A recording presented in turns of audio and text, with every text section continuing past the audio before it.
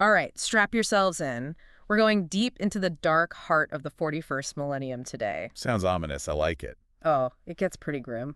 We're diving into Blood Reaver. Hail Dembski-Bowden? Yeah, you got it. It's a Warhammer 40K novel, and it focuses on, well, the Night Lords. Ah, the Night Lords. They're not exactly known for their sunny disposition. That's putting it mildly. But that's what makes them so fascinating, right? Absolutely. Their brutality, their twisted sense of justice. It's like a twisted mirror to the Imperium they supposedly serve. Yeah, and Dembski-Bowden really throws us right into their world, doesn't he? He does, like in that opening scene with the captured Marine Errant. Oh man, that description, I can't even. Skinless display of bare veins and bloody layered musculature. Yeah, that. Gives you a pretty good idea what you're dealing with. It's definitely not for the faint of heart, but that's the Night Lords for you. Flaying their victims, decorating themselves with skulls and skin. They take psychological warfare to a whole new level. Right. Before we even get into the siege of Vilamus, I think we need a bit of a primer on the Night Lords themselves. Sure, so who are these guys? Well, they're a Space Marine Legion, but even amongst the chaos of the 41st millennium, They stand out. they stand out, yeah. And it all goes back to their origins, their homeworld, Nostromo, and their Primarch, Conrad Kurz. Conrad Kurz, the Night Haunter, wasn't he like a precognitive badass with a taste for the theatrical? Well, badass is one way to put it. He was also a brutal, merciless killer who believed fear was the only true path to order. So he was a product of his environment. Nostromo was this lawless hellhole. Right, Right. exactly. And Kurz thought the only way to fix it was through terror. Makes sense in a twisted way. And that's the foundation of the Night Lord's tactics. They're not just about conquest. They're about instilling terror, breaking their enemy's spirits. They're like a nightmare given form. It's in their language, too, you know? Nostraman. Yeah, it's got this guttural, almost predatory quality to it. I remember that line, via Venetia. Even their dismissal sounds menacing. Exactly. Everything about them is designed to unsettle, to intimidate. And speaking of unsettling, their ship, the Covenant of Blood, is practically a character in its own right. Oh yeah, it's more than just a warship. Right. It's ancient, it's said to be haunted, and its machine spirit is ridiculously powerful. I read that it can even communicate with the navigator, Octavia. Yeah, and influence her in some pretty disturbing ways. A haunted ship, a crew of terrifying warriors, and a Primarch who embodies terror. It's a recipe for a pretty intense story. You're telling me? So let's meet some of the key players here. We've got Telos, First Claw, Lucorifus the Exalted. Who should we be paying attention to, and what are their dynamics like? Well, Talos is our main man, the leader of First Claw. He's kind of an anti-hero, right? Yeah, he's struggling with the Night Lord's descent into chaos, haunted by these dark visions, but he's also trying to hold on to some semblance of order. Sounds like a tough spot to be in. And then you've got First Claw, his squad. Zarl, Mercutian, Syrian, Uzaz, they're all incredibly skilled, each with their own quirks and loyalties. So there's already potential for conflict within the squad itself. Oh, absolutely. And then there's the demonic exalted, like this entity that's constantly tempting them towards even more chaos. Yeah, the Exalted is like a manifestation of their darkest impulses, a constant reminder of the path they're on. It's like they're fighting a battle on two fronts, against their enemies and against themselves. Exactly. But it's not just about the Space Marines. We also have some human characters who get caught up in all this. Octavia, the navigator. Yeah, she's forced to serve the Night Lords, navigate the perils of the warp, all while trying to maintain her sanity. Which is no easy feat when you're surrounded by the Night Lords. And then there's Septimus, a slave who catches Octavia's eye. Their relationship, it's like a flicker of hope amidst all the darkness. Interesting. So we've got these terrifying warriors, a haunted ship, a Primarch who embodies fear, and now some human characters who are caught in the middle of it all. Sounds like a pretty potent mix. It is. Buckle up. I'm ready. So, where are we? Oh yeah, Vilamus, that's their target. Vilamus, right, the fortress monastery of the Marines Errant chapter. Big target. Not just any target either. Why is that? It's a symbol, isn't it? Imperial might. Order in the face of chaos. Ah, so it's a symbolic victory as much as a strategic one. Exactly. But attacking it? That's not going to be easy. No. Vilamus is a fortress. It's heavily fortified. The Marines Errant, they're no pushovers. I mean, they're Space Marines too, right? Right, so they're not just going to roll over. So what's the plan then? How do the Night Lords even approach something like that? Well, they're not just mindless berserkers. There's a strategy. Okay, I'm listening. Multi-pronged assault. Formed. They hit the lower levels, Brutal attacks. Diversion tactics. Yeah, keep the Marines Errant busy, draw their attention, while the Bleeding Eyes, their elite unit, they strike at the heart of the fortress. Lucarifus is leading that charge, right? Lucarifus, that's right. He's not exactly known for his subtlety. He gets the job done. Their objective is the inner sanctum. Where they think there's this powerful artifact hidden. That's the rumor.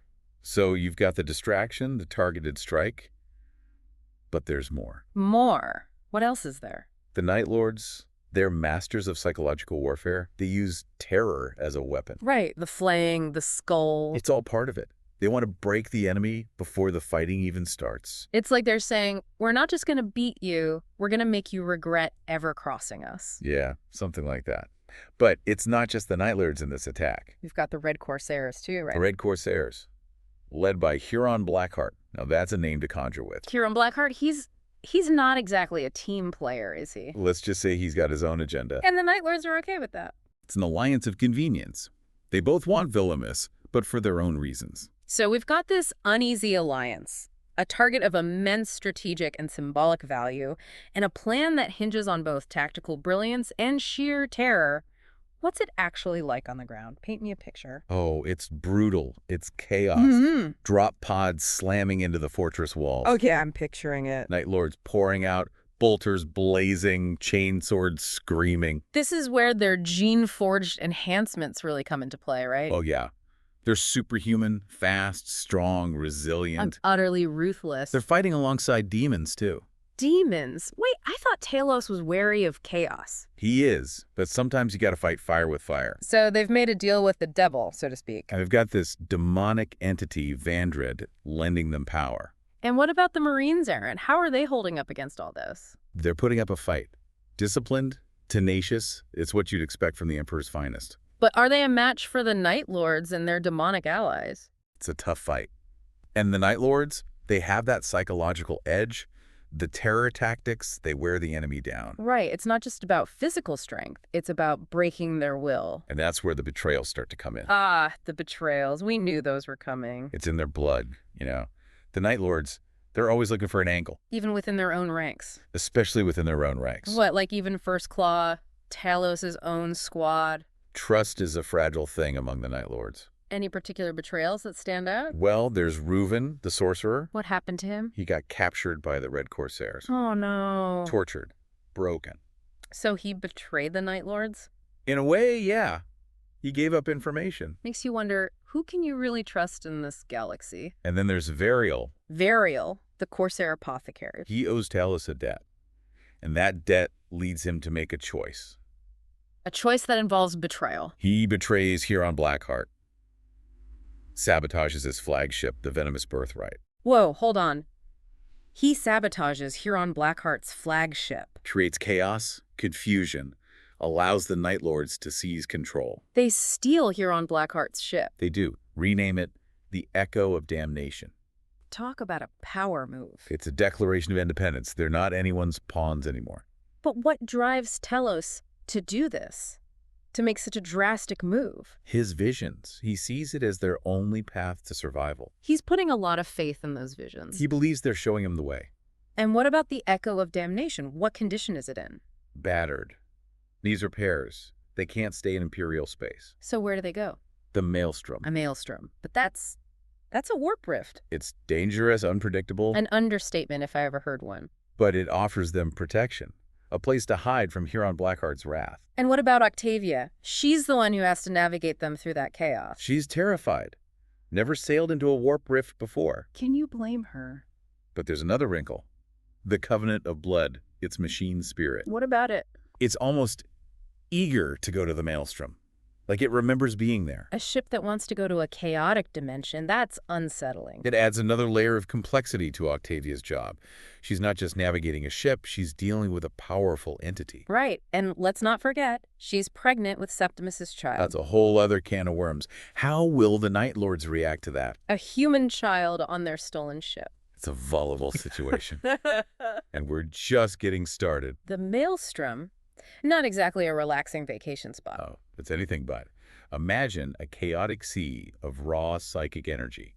It's where reality itself starts to fray at the edges. And the Echo of Damnation, with its eager machine spirit, is sailing right into it. It's like the ship itself is drawn to the chaos. Which makes Octavia's job even more difficult, right? She's not just navigating the warp, she's contending with a ship that has its own agenda. Exactly. She's trying to maintain control, keep them on course, while this ancient haunted vessel seems to want to steer them right into the heart of the storm. Talk about a stressful work environment. And remember, she's pregnant with Septimus's child. Yeah, that adds a whole other layer of tension to the situation. A human child aboard a ship full of Night Lords sailing into the maelstrom. It's a recipe for disaster. But it also raises some interesting questions, doesn't it? Like, how will the Night Lords react to the child? Well, they're not exactly known for their compassion, but Talos, he's different. He's struggling with his own humanity, with the legacy of his Primarch. Maybe the child represents something to him. A chance for redemption, a break from the cycle of violence. Or maybe it's just another complication, another threat to his already precarious control over his warband. We'll have to see how it plays out. But for now, they're in the maelstrom. They need to make repairs to the Echo of Damnation, and they've got Huron Blackheart on their tail. It's a desperate situation. They're surrounded by enemies, both within and without. So what happens? Do they manage to survive? The maelstrom is a crucible, a test of their strength and their will. And their sanity. Yeah, that too. They encounter all sorts of dangers. Warp storms, strange creatures, even echoes of their own past. It's like the maelstrom itself is trying to break them. And all the while, Talos is wrestling with those visions, trying to figure out what they mean, what path they're supposed to take. He's got a lot on his plate, leading his warband, navigating a chaotic dimension, trying to decipher cryptic prophecies. It's enough to make anyone crack. But Talos, he's got this inner strength, this determination to survive, to protect his legion. So he pulls through. He does. He makes some tough choices, loses some good warriors along the way, but he manages to guide them out of the maelstrom. Damaged, but not broken. Exactly. They emerge into real space, battered but alive. But their journey's not over. No. What else is there? They're still fugitives. The Imperium wants them dead. Huron Blackheart wants revenge. They need to find a new home, a place to rebuild. And figure out what kind of legion they're going to be. Yeah. Will they continue down the path of terror? Or can they find a new way, a way to honor their Primarch's legacy without repeating his mistakes? Big questions. And Blood Reaver doesn't give us all the answers. It leaves us to ponder those questions ourselves. Which is part of what makes it such a great book. It challenges us to think, to explore the gray areas of morality. It reminds us that even in a galaxy full of superhuman warriors and cosmic horrors, it's the human element that really matters. The struggles with loyalty, with betrayal, with the search for meaning. Those are things we can all relate to. Absolutely. So if anyone out there is looking for a deep dive into the dark heart of the 41st millennium, Blood Reaver is definitely worth checking out. And if you're new to Warhammer 40K, well, this is just a taste of what this vast and fascinating universe has to offer. There are countless stories out there waiting to be discovered. Stories of war, of heroism, of betrayal, of humanity struggling to survive in a galaxy that seems determined to crush it. It's grim, it's dark, but it's also incredibly compelling. Thanks for joining us on this journey. It's been a wild ride. Absolutely. And to our listeners, keep exploring, keep questioning, and keep diving deep into the stories that fascinate you. Until next time.